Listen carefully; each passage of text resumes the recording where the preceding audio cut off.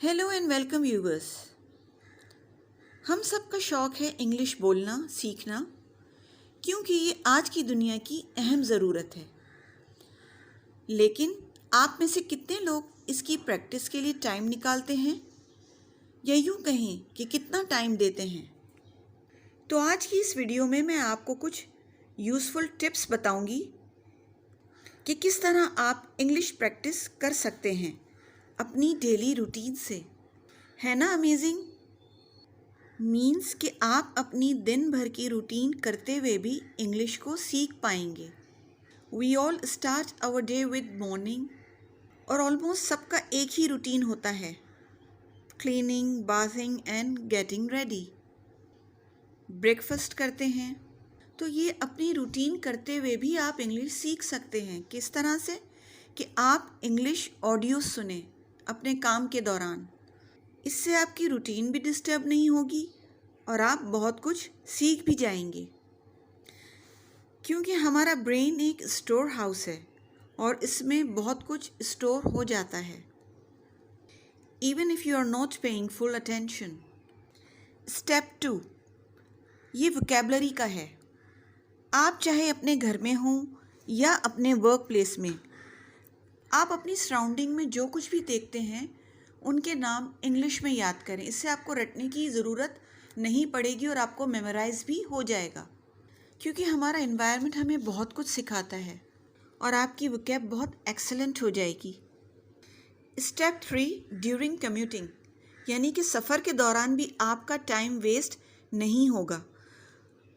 अमूमन सबके पास ऑलमोस्ट जो है वो आजकल मोबाइल है, और लोग सफ़र के दौरान जो है वो हैंड्स फ्री भी लगाते हैं।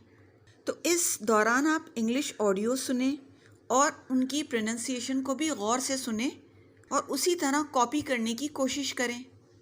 मेरी भी प्रोनंसिएशन पे वीडियो है और उसका लिंक दिया गया है, उसे भी आप सुन सकते हैं। स्टेप 4 है reading. Read what ever you want read, but read it in English. Magazine हैं, न्यूज़पेपर्स हैं, आर्टिकल्स हैं, ये सारा कुछ आप इंग्लिश में इसको रीड करें। स्टेप 5 है वॉचिंग, यानी देखना। हम सबको शौक़ है टीवी शोज़ देखने का, मूवीज़ देखने का। अगर आप इंग्लिश मूवीज़ देखते हैं तो कोशिश करें कि इंग्लिश सबटाइटल्स वाली मूवीज़ देखें। फिल्म आपको एंटरटेन भी करेगी और आपकी लर्निंग भी हो जाएगी, जिसे कहते हैं ना कि एक तीर से दो शिकार हो जाएंगे। स्टेप 6 है अगेन वोकैब। वो किस तरह से? While doing household chores like cooking and making food, follow recipes in English. इससे आपकी फूड रिलेटेड वोकैब बहुत स्ट्रॉन्ग हो जाएगी। इससे आपको स्पाइसेस के नेम और किचन में यूज़ होने वाले चीज़ों के नाम आपको इंग्लिश में उनकी वोकैबलरी याद हो जाएगी। स्टेप 7 है राइटिंग।